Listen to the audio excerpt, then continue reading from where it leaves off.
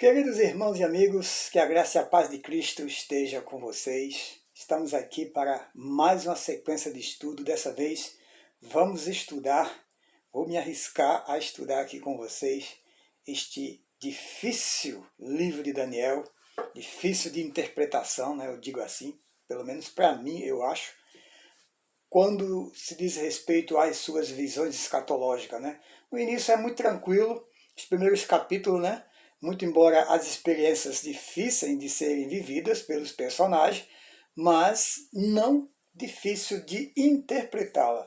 No entanto, quando ele passa para as visões escatológicas, né, que está relacionado aos acontecimentos do fim, aí o negócio fica mais difícil. Mas isso é só lá do capítulo 6 em diante. Por enquanto, vamos aqui a essa introdução do capítulo 1 do livro de Daniel. E já para a gente ganhar tempo aqui, vamos para a leitura, que diz assim: No ano terceiro do reinado de Joaquim, rei de Judá, veio Nabucodonosor, rei de Babilônia, a Jerusalém e a sitiou. E o Senhor entregou nas suas mãos a Joaquim, rei de Judá, e uma parte dos utensílios da casa do seu Deus. E ele os levou para a terra de Siná, para a casa do seu Deus, e pôs os utensílios na casa do tesouro do seu Deus. E disse o rei Aspenaz, chefe dos seus eunucos, que trouxesse alguns dos filhos de Israel, da linhagem real e dos príncipes, jovem em quem não houvesse defeito algum, de boa aparência, instruídos em toda a sabedoria e doutos em ciência, e entendidos no conhecimento, e que tivessem habilidade para assistirem no palácio do rei, e que lhes ensinasse as letras e a língua dos caldeus. E o rei lhes determinou a porção diária das iguarias do rei, e o vinho que ele bebia, e que assim fosse mantido por 3 anos, para que no fim destes pudesse estar diante do rei. E entre eles se achavam dos filhos de Judá Daniel, Hananias, Misael e Azarias. E o chefe dos eunucos lhes pôs outros nomes, a saber, a Daniel pôs de Beltesazar, Ananias pôs de Sadraque, e a Misael de Abdinego, e Azarias de Meseque, melhor dizendo, e Azarias de Abdinego. E Daniel pôs no seu coração, não se contaminar com a poção das iguarias do rei, nem com o vinho que ele bebia. Portanto, pediu ao chefe dos eunucos que lhe permitisse não se contaminar.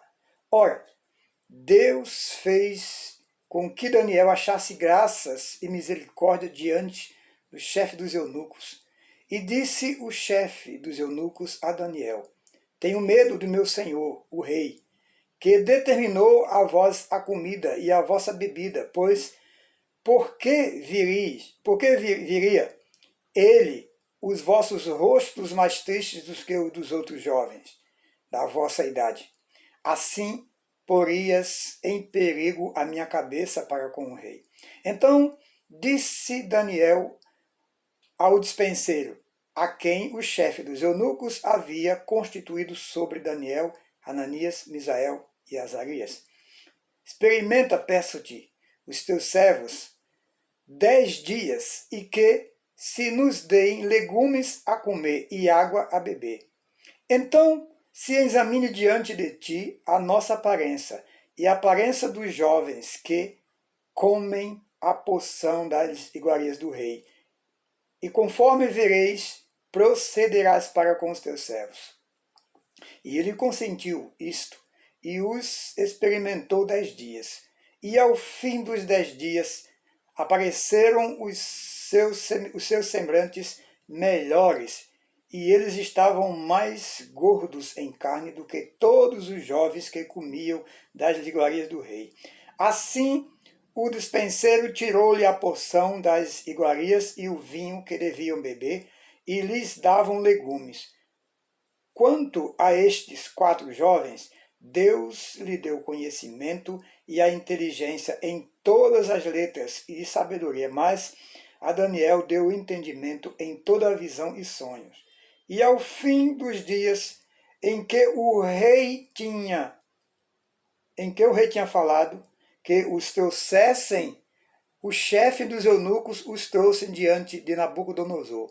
E o rei falou com eles, e entre todos eles não foram achados outros tais como Daniel, Hananias, Misael e Azarias. Portanto, ficaram assistindo diante do rei, e em toda a matéria de sabedoria e de discernimento, e sobre o que o rei lhes perguntou, os achou 10 vezes mais doutos do que os magos astrólogos que havia em todo o seu reino. Daniel permaneceu até o 1º ano do rei Ciro.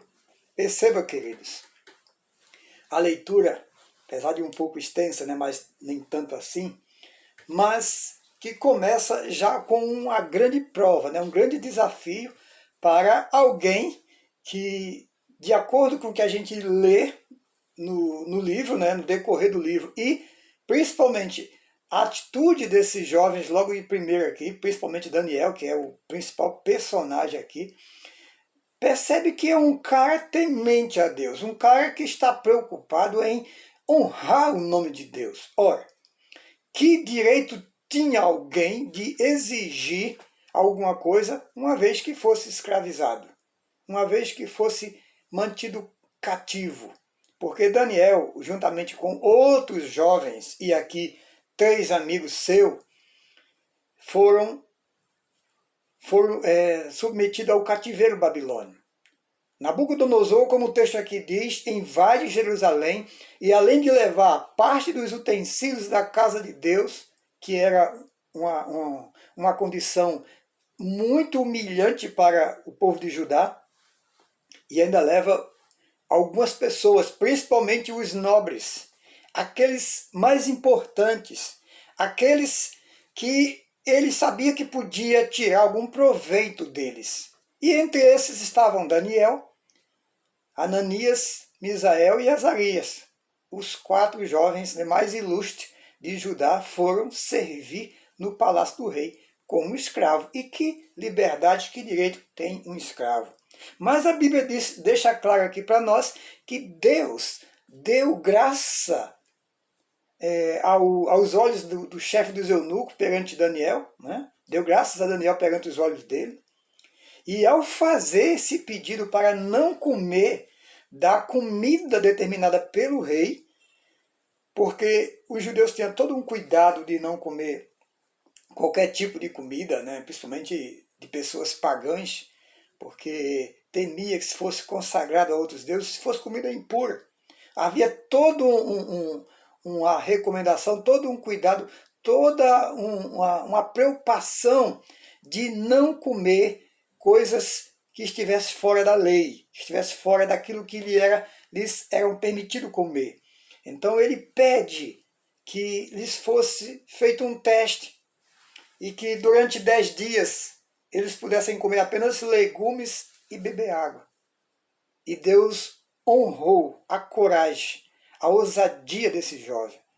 E como diz aqui a Bíblia, no final dos 10 dias, ele apareceu melhor do que todos os outros. E por isso, o encarregado por eles tirou a porção determinada pelo rei e o vinho, que era obrigatório. Provavelmente, o rei Nabucodonosor acreditava que, se alimentando adequadamente, isto era, de acordo com os seus hábitos alimentícios, né, eles estariam mais preparados para servir no palácio, acreditando que a comida deles era muito mais importante, muito mais nutritiva, ou até mesmo tivesse algo especial, não sei. E Daniel então se recusa a comer dessas comidas reais, do vinho que ele bebia, e come durante esses 3 anos, que foi o tempo que o rei estabeleceu, para que os preparassem antes de levá-lo à sua presença, tanto Daniel como seus amigos, durante 3 anos, comendo apenas legumes e bebendo água. E quando eles se apresentam diante do rei, eles são 10 vezes mais capacitados, muito mais acima dos outros que estavam ali diante do rei, inclusive dos seus magos, os seus astrólogos, que eram por quem o rei costumava consultar e obter informações importantes. Percebe como é que Deus honra aqueles que determinam honrá-lo? Então, que lição nós podemos tirar desse conteúdo, né? Dessa leitura que temos aqui? Primeiro nós vamos, antes de falar das lições, vamos aqui fazer uma análise um pouco do livro em geral, mas muito bem resumida por causa do tempo. Daniel, como a gente viu aqui, juntamente com os seus amigos, foram um dos primeiros, né, a serem transportados para o cativeiro babilônio. Nós sabemos que o cativeiro babilônio durou 70 anos. E esta primeira leva de pessoas aqui não parou só aqui, depois Nabucodonosor enviou uma segunda tropa e levou praticamente quase todas as pessoas que residiam em Judá, deixando apenas aqueles mais fracos, né? Que não tinham muito que servir para eles. Jeremias que vai tratar desta questão com mais precisão, não é isso? Mas aqui a gente percebe que nesse período aqui, entre os anos 605 a 609, vai uma primeira leva de pessoas e nela Daniel e os seus amigos vão como cativeiro e junto com eles parte dos utensílios da casa do Senhor. Não há prova concreta, né, de que o Daniel tenha vivido o resto da sua vida lá, mas pelo que se sabe, né, pelo tempo que durou o cativeiro, provavelmente ele tenha vivido todo o resto da sua vida no cativeiro babilônico. Isso é complicado para alguém que servia a Deus, que era fiel a Deus, viveu o resto da sua vida como cativo. Mas o que isso poderia esperar de alguém? Né? Vamos ver isso, né, no decorrer do estudo, né, a atitude desses jovens, mesmo vivendo em situações tão adversas. Né? De acordo com os historiadores, provavelmente Daniel tenha vivido até os seus 85 anos de idade. E dizem que os seus restos mortais se encontram em Suzã. Provavelmente lá ele tenha morrido, né? Porque lá tem um lugar onde um túmulo, possivelmente o túmulo de Daniel, onde está escrito Suzã Daniel, né, para informar que Daniel foi sepultado ali. Há controvérsias, sempre há, né, aqueles que questionam tanto a autoria do livro, das profecias, quanto ao cumprimento das mesmas em detrimento do tempo. Né, de acordo com esses que defendem a ideia, essa tese de que Daniel não é o verdadeiro autor do livro, eles acham que seria impossível Daniel ter vivido nos anos 600, né, o século VI ao século V a.C., e esses acontecimentos ter vindo, principalmente os escatológicos, né, ter vindo a acontecer apenas nos anos 200 a.C., 200 e alguma coisa, né, dois séculos, né, antes de Cristo, na época dos Macabeus. Mas isso é o que pensam, né? O fato de Jesus mencionar as profecias de Daniel em Mateus 24, versículo 14, nos dá total segurança e tranquilidade para aceitar não somente a autoria de Daniel, quanto o conteúdo, né? As suas lições de vida para nós e principalmente as suas profecias escatológicas, tá certo? Portanto, podemos descansar quanto a esses termos e não deixar-nos levar por possíveis dúvidas históricas por parte de historiadores que venham a colocar aí em dúvida, né, a escrita de Daniel e a sua autoria. O objetivo era encorajar os judeus exilados e conduzi-los, né, e o melhor, conscientizá-los de que um dia eles retornariam à sua terra e novamente iriam usufruir de sua liberdade, já que eles estavam cativos, né? Portanto, deviam permanecer confiantes no Senhor. Também podemos considerar, eu quero aqui me arriscar a a fazer aqui um acréscimo, né, nessa observação, né, objetiva, um acréscimo sem deturpar o texto, isso é importante, né? Podemos considerar a possibilidade de o povo judeu poderem refletir sobre a importância de serem fiéis a Deus e assim não terem que pagar o preço por sua rebeldia. E mesmo estando sofrendo por conta dos seus desatinos, ainda assim podiam confiar em Deus e escolher honrá-lo para o seu próprio bem. Isso a gente vê o exemplo claro de Daniel e seus amigos, que mesmo diante das adversidades da vida, escolheram honrar a Deus e por isso também foram honrados por ele, né? Então não precisa de outra explicação melhor, que nós devemos ser fiel a Deus independente das circunstâncias. Agora sim, vamos às lições que nós podemos extrair aqui desse texto que a gente leu, desse primeiro capítulo introdutório aí do estudo de Daniel. Primeiro, Deus é o Senhor absoluto da história, na história e na vida do homem. Portanto, age como, quando e com quem Ele quer. Tá certo? Deus age como, com quem, quando, com quem Ele quiser. Às vezes a gente se prende a até alguns textos bíblicos que nos dá a entender que Deus não usa pecador, não usa pessoas que não façam parte do seu povo, mas se Ele quiser, Ele usa. Ele usa quem Ele quer. Aqui está um exemplo. Nabucodonosor. Nabucodonosor, Deus chega a chamar ele de meu servo. No entanto, Nabucodonosor não conhecia Deus. Ciro também é conhecido. Deus chama ele como meu pastor. Lá em Isaías a gente pode ver isso. Não lembro agora o texto, né? Porque Deus usou Babilônia para punir Judá e usou Ciro para punir Babilônia. Quer dizer, ele é Deus, ele faz o que ele quer. Então, não cabe aqui a gente definir as formas como Deus trabalha. Ele é absoluto. Ele usa quem quer, como quer, quando quer, para, é claro, atender os seus propósitos. Sempre será para que os seus propósitos sejam atendidos. E se o povo estava sendo castigado, é porque o povo merecia. Todo mundo conhece, todos que são cristãos sabem a história do povo judeu, como que esse povo foi abençoado por Deus e como eles foram rebeldes, não é isso? E o segundo passo aqui, que a gente pode, a segunda lição, melhor dizendo, que a gente pode tirar, é que pessoas com qualidades essenciais são cobiçadas até pelo inimigo. A gente vê isso claramente no versículo 4, né? As exigências de Nabucodonosor para com os jovens que foram levados cativos. Ora, escolha os melhores, os qualificados. Daí a gente pode imaginar o que o diabo pode fazer na vida de pessoas talentosas. Pessoas dotadas de inteligência, de sabedoria, né, de habilidades diversas, né? Que poderia muito bem servir a Deus, para glorificar a Deus, são instrumentos do diabo para fazer maldade, para enganar as pessoas. Quantos que a gente conhece no mundo?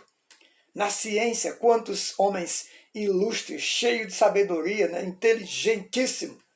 Aí usa toda a inteligência que tem, que Deus lhe deu, para quê? Para dizer que Deus não existe. Para dizer que o universo, o mundo não é obra da criação de Deus. Você já percebeu isso? Mas é exatamente isso que o inimigo faz. Ele procura pegar aqueles melhores para poder tirá-lo dos propósitos de Deus.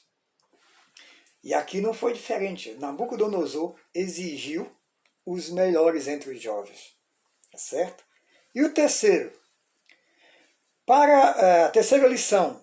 Para o verdadeiro cristão, ser fiel a Deus não depende do conforto de vida que Deus lhe permite desfrutar. Guarda isso aqui, eu vou até reler. Para o verdadeiro cristão, ser fiel a Deus não depende do conforto de vida que Deus lhe permite desfrutar. Percebemos aqui quatro jovens honestos, 4 jovens sinceros para com Deus, 4 jovens decididos a dar sua vida por Deus. E, no entanto, eles estavam cativos, estavam rendidos a um rei pagão que não conhecia Deus, sendo tratado como escravo. E sendo um escravo, né? Como objeto. Ora, mas Judá não estava em pecado? Sim, Judá, não eles. Mas faz parte do povo, né? Faz parte do povo. Quando nós fazemos parte de um povo, de uma nação, e se essa nação sofre, todos nós sofremos junto. Se fazemos parte de um povo, quando esse povo sofre, todos sofremos junto. Se fazemos parte de um grupo, se o grupo sofre, todos sofrem junto. De uma família, da mesma forma. Se um membro da família está padecendo, é evidente que toda a família também vai participar do seu sofrimento, vai padecer junto, não tem jeito. Então é assim, mas esses homens escolheram, independente da situação, escolheram honrar a Deus. Isso serve para mim, para você, como uma grande lição. Eu não dependo do bom momento que vivo, não dependo das bênçãos que Deus me conceda para que eu seja fiel a Deus, para que eu possa honrá-lo. Eu posso e devo honrar o Senhor independente das circunstâncias da vida. Mesmo quando Ele diga não para mim, mesmo quando Ele fica em silêncio, mesmo quando Ele me deixa no deserto, porque quando Ele me deixa no deserto é porque Ele quer me ensinar alguma coisa. Eu preciso, como homem falho, pequeno que sou, precisando todos os dias ser tratado, ser melhorado, eu preciso entender isso. É fundamental. E não ficar reclamando, me queixando e murmurando de Deus. Deus trabalha, muitas das vezes de maneira dura, mas Ele honra aqueles que também o honram. Não é verdade? E a lição 4 e última: Deus está sempre atento aos que decidem honrá-lo, para lhe conceder graças. E um bom exemplo disso a gente pode ver em 1 Samuel capítulo 2, versículo 30, onde Deus diz: honrarei aos que me honram, mas os que me desprezam serão desprezados. Não estou lendo o versículo todo, apenas uma parte. Né? Aqueles que honram o Senhor serão honrados por Ele. Agora, aqueles que desprezam a Deus, obviamente, serão desprezados porque é a escolha da pessoa. Não que Deus seja ruim, Deus é justo. Primeiro Deus nos dá a vida, certo? E aí a gente já nasce contaminado pelo pecado, já somos pecadores afastados de Deus. Deus não tem mais nenhum compromisso conosco. Deus resolve, por amor, por divina bondade e graça, nos salvar, nos dar a oportunidade de poder viver novamente para Ele. E mesmo assim a gente ainda fica aqui e ali deixando Deus no canto, né? Fazendo escolhas próprias e não acatando as orientações de Deus para as nossas vidas. Aí eu pergunto, que compromisso Deus tem conosco? Se nós já nascemos pecadores? Nenhum. Então, se Ele nos dá a oportunidade de conhecê-lo e de ver quem somos e de nos reconstruir nele, então é dever nosso, é obrigação minha obedecê-lo em tudo. Do contrário, com certeza eu vou pagar sim pela minha escolha. Então não vem aqui dizer que Deus é vingativo, que Deus é cruel, que Deus é injusto. Não. Sou eu que sou rebelde e que não me submeto à sua vontade. Por isso, muitas das vezes padeço. E quando não, por essas razões, Deus quer trabalhar o meu ego, Deus quer trabalhar a minha fé, Deus quer trabalhar a minha maturidade, Deus quer que eu conheça melhor e não fique preso a nada neste mundo. Porque quando nós baseamos a nossa segurança de vida em detrimento das experiências vividas ou dos recursos que temos aqui na Terra, estamos à mercê da derrota. Pode ter certeza disso. Nós precisamos aprender a confiar plenamente em Deus e viver para Ele independente de qualquer coisa. Porque tudo aqui é passageiro, só na presença de Deus se permanece para sempre. A postura de Daniel e seus 3 amigos judeus, em face da situação adversa do que se espera quando se está vivendo a vontade de Deus, porque esses homens estavam vivendo a vontade de Deus, independente disso, né?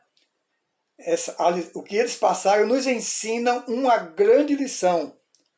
Nossa fidelidade a Deus, com certeza, será honrada e retribuída por Ele. Porém, não nos isenta de passarmos por momentos difíceis e de humilhação, de maneira alguma. Principalmente porque nós estamos no terreno do inimigo. Mas também, para o nosso consolo, nos ensina que nada que possa nos acontecer aqui, nada poderá mudar a nossa sorte diante do Senhor, quando fomos escolhidos por Ele. Que o Senhor nos abençoe, que o Senhor nos fortaleça a cada dia a permanecer fiel a Ele, independente das circunstâncias. Porque no mundo, viver nunca foi fácil. E principalmente hoje, vai cada vez mais ficando mais difícil. Mas o Senhor é conosco. Que Deus te abençoe e até o próximo encontro em nome de Jesus.